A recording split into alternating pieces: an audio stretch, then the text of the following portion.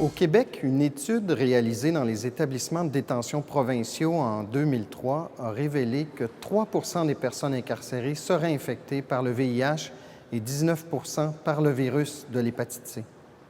Les résultats de cette étude ont également démontré que ces taux d'infection touchaient davantage les utilisateurs de drogues par injection. Ainsi, malgré l'interdiction de consommer des drogues, c'est plus de 4 des hommes et 1 des femmes incarcérées qui disent s'être déjà injectés des drogues pendant leur incarcération. Et parmi eux, près des 2 tiers ont partagé des seringues. Allons voir comment des intervenants du réseau de la santé et des services sociaux voient cette inquiétante situation en milieu carcéral. Mon travail à l'établissement de détention de Saint-Jérôme, c'est au niveau de la prévention du VIH et des hépatites. Je fais du travail de proximité, c'est-à-dire que je vais distribuer du matériel aux personnes incarcérées pour la prévention, de l'eau de javel, des condoms, des dépliants. Ensuite, je vais intervenir avec les personnes atteintes ou ceux qui ont des comportements à risque qui pourraient contracter les maladies. On sait qu'il y a beaucoup de personnes qui s'infectent pour l'hépatite C, puis on remet aussi régulièrement des résultats pour le VIH. La majorité des personnes qui sont infectées par le VIH ou l'hépatite C sont des gens qui se sont injectés des drogues, soit avant qu'ils rentrent en détention ou même à l'intérieur des murs. Les gens vont avoir beaucoup de difficultés à cesser leur consommation. C'est pas évident d'arrêter de consommer, surtout pour les personnes qui sont dépendantes de l'héroïne. Alors, ils vont trouver des moyens de continuer à s'injecter pendant qu'ils vont être en dedans. La drogue est interdite en établissement de détention, c'est sûr, sauf que les personnes incarcérées trouvent plusieurs moyens de s'en procurer, soit par les visites, les gens quand ils viennent, qui ont des visites contacts, ils peuvent en rentrer, ils s'en cachent un peu partout sur eux. Il y a des gens, par exemple, qui vont prévoir qu'ils vont être incarcérés parce qu'ils ont des mandats, donc ils savent que tôt ou tard, ils vont être incarcérés, donc ils vont introduire des seringues, de la drogue dans leur anus. Des fois, il y a des balles de tennis qui sont lancées par-dessus les clôtures et qui sont récupérées. Et pour le matériel d'injection, c'est soit des seringues artisanales faites avec stylo et aiguilles trouvées un peu n'importe où. Ils vont se fabriquer des aiguilles, ils vont se fabriquer des pistons. J'ai déjà vu des personnes incarcérées être capables de voler des seringues à l'infirmerie dans les bacs de seringues souillées. Pour les intervenants, ça pose un gros problème, un dilemme éthique, de voir des gens qui s'injectent et d'avoir rien à leur proposer pour les aider. Ça se fait toujours dans des conditions de salubrité discutables et toujours de façon isolée. La proportion des gens qui s'injectent en détention, qui vont utiliser du matériel usagé, d'après moi, c'est la majorité. Parce que les seringues sont tellement rares que la même seringue peut servir plusieurs fois. Se faire une injection, ça coûte extrêmement cher en prison. C'est autour de 100 $ de l'injection. Puis c'est souvent, comme les seringues sont rares, bien, ça va être la même seringue qui va servir plusieurs fois à plusieurs personnes incarcérées. Quand il y a des fouilles, il y a des seringues qui sont confisquées, en effet. Ils vont en trouver. Par contre, dès qu'il y a une seringue qui est confisquée, c'est pas très long qu'il y en a une autre qui va se fabriquer ou qui va se trouver quelque part. Alors, il y en a toujours pareil en circulation, même s'il y a des seringues qui sont confisquées lors de fouilles. Ces témoignages nous permettent de prendre connaissance de la réalité de la consommation de drogue par injection dans certains établissements de détention du Québec. C'est un problème moins répandu que dans la communauté, mais c'est tout de même présent. Pour répondre aux problèmes de partage de matériel d'injection dans la communauté, des programmes d'échange de seringues ont été bien implantés au Québec, et ce, depuis 1989.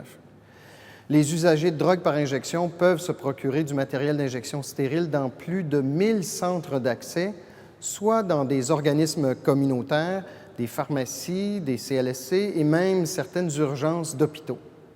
Ces programmes sont reconnus efficaces pour réduire de façon substantielle le partage de matériel d'injection et par conséquent réduire le risque de transmission d'infections par le sang telles que le VIH et le virus de l'hépatite C. Étant donné l'efficacité de ce type d'intervention et qu'il y ait malgré tout consommation de drogue par injection en prison, certains pays ont décidé de les implanter dans des établissements de détention. On a répertorié dans le monde en 2007 une soixantaine de programmes d'échange de seringues dans des prisons de toute taille et de niveaux de sécurité confondus. La distribution du matériel d'injection se fait de différentes façons. Ça peut être par les services de santé, par des distributrices, par des groupes communautaires ou encore par des pairs aidants. Les données d'évaluation scientifique et l'expérience de ces pays démontrent que les programmes d'échange de seringues en prison réduisent le partage de matériel d'injection ainsi que le nombre de cas d'infection transmissibles par le sang. Ils ne conduisent pas à une augmentation de l'utilisation ou de l'injection de drogue. Ils réduisent le nombre de surdoses et d'abcès. Ils favorisent la référence des usagers à des programmes de traitement de la toxicomanie et enfin, aucun cas d'utilisation de seringues comme arme contre d'autres détenus ou des employés n'a été rapporté. Malgré ces résultats, la mise en place de tels programmes représente encore un défi pour bien des établissements de détention, étant donné leur mandat de sécurité publique. Mais on comprend qu'il est difficile d'accepter que soient données des seringues alors qu'il est interdit de consommer des drogues en prison. Toutefois, la conciliation des rôles de la sécurité publique et de la santé publique est possible. La Suisse a d'ailleurs relevé ce défi. La prison de Chandelon est une prison préventive, c'est-à-dire qu'elle détient des hommes et des femmes avant leur jugement. En 2010, nous avons eu 3000 entrées. J'ajoute également que 2010 a été une année record en matière de surpopulation. Nous avons établi des records de moyenne et de pic. 560 personnes ont été détenues en moyenne dans l'établissement, soit plus de 200% de taux d'occupation. Un record à 620 détenus en juillet 2010.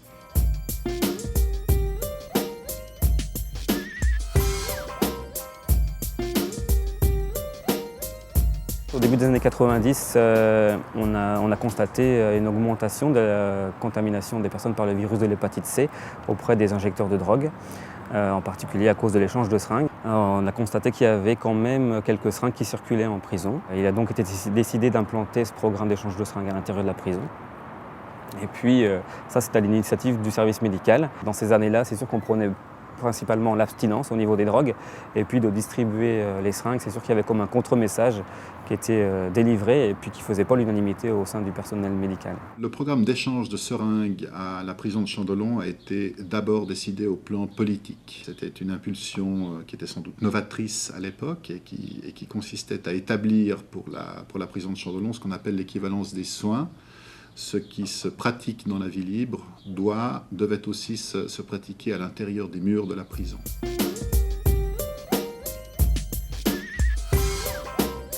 Le programme d'échange de seringues à la prison de Chandelon s'inscrit dans la politique dite des 4 piliers, qui comprend un volet prévention, un volet de thérapie, un volet de répression et puis un volet de réduction des risques.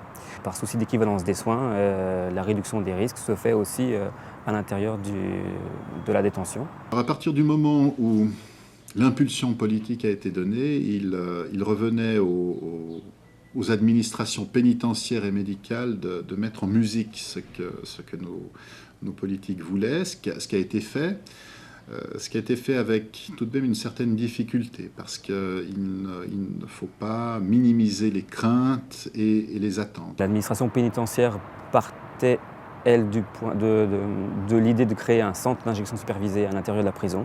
Puis très rapidement, on s'est rendu compte que ce n'était pas possible techniquement, c'était peu envisageable. Le service médical, lui, est parti sur un programme d'échange de seringues plutôt encadré, à savoir qui consomme, pourquoi, comment, et puis à ce moment-là, on distribuera des seringues.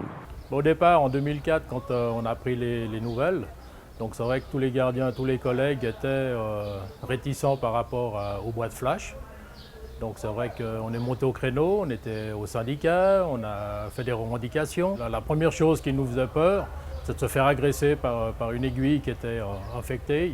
Ça a pris quand même un certain temps avant qu'on trouve justement cette intersection, cette zone de travail en commun, où les craintes et les attentes des uns, les exigences des autres ont pu trouver un accord qui fonctionne maintenant depuis 2004, où dans les faits, l'autorité pénitentiaire soutient et appuie les efforts de l'autorité médicale pour que le programme d'échange de matériel d'injection fonctionne.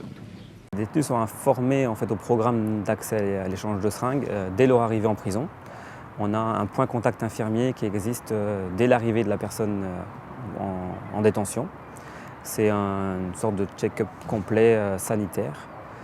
Et puis là, on aborde les questions de consommation de drogue et surtout de mode de consommation.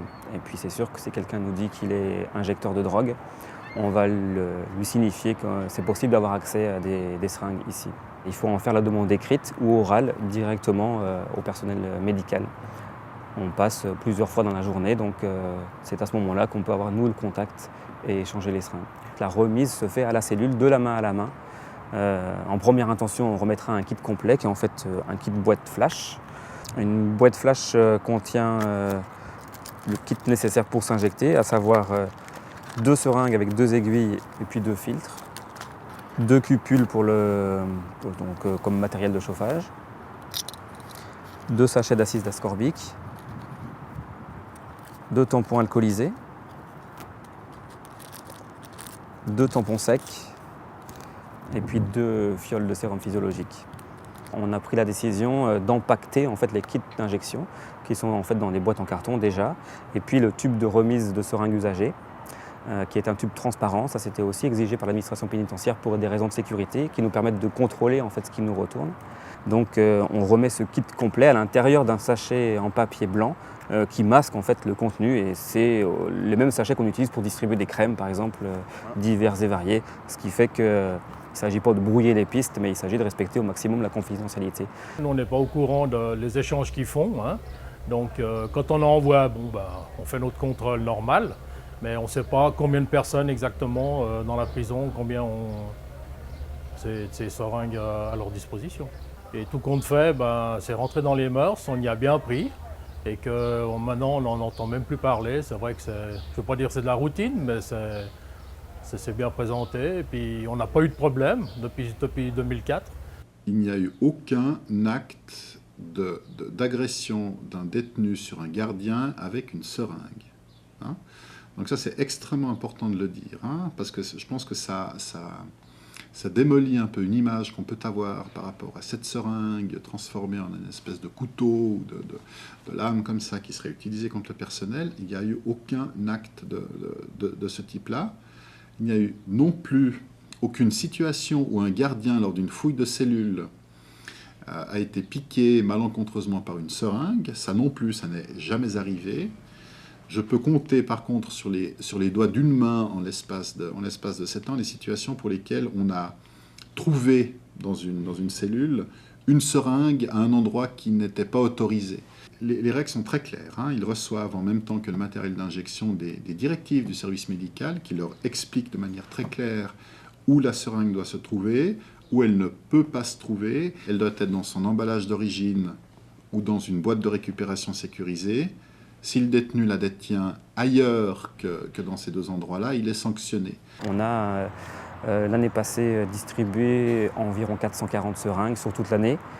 Comme la prison de Chandelon est une prison préventive, le tournus des détenus est très important. Donc il arrive que des détenus sortent avec un kit boîte flash complet pour des usages à l'extérieur. C'est ce qui explique en fait nos taux de retour de 72% en partie et qui est finalement pas si mal. Le programme est fait de telle sorte qu'il est basé sur la confiance. Ils ne font pas de fouilles ciblées rapport à une distribution, une pseudo-distribution de seringues à l'intérieur du système de distribution des médicaments. C'est vraiment un partenariat entre l'agent de détention, l'infirmier ou le service médical, et puis le détenu. Si chacun brise une des conditions, c'est sûr que le programme va s'enrayer et puis on ne pourra pas fonctionner. Ce que nous venons d'entendre nous permet de constater que la mise en place d'un programme d'échange de seringues représente certes un défi pour les services de santé, mais que somme toute, ce type de programme est faisable et ne requiert pas tant de ressources. La collaboration du personnel correctionnel y est toutefois essentielle. Pour que le programme d'échange de matériel d'injection fonctionne dans une prison et pour qu'une prison fonctionne en général, il faut que tous les corps de métier, tous les intervenants aient confiance les uns envers les autres. Depuis 7 ans, le nombre de détenus n'a cessé d'augmenter, le programme est toujours actif et ce n'est pas parce que nous avons davantage de détenus que nous avons davantage de problèmes, ce n'est absolument pas un obstacle. Je pense qu'on perdrait quelque chose en revenant en arrière. On aurait plus de soucis de trafic de seringues Et que là, du coup, on n'a rien du tout. C'est une bonne sécurité pour nous.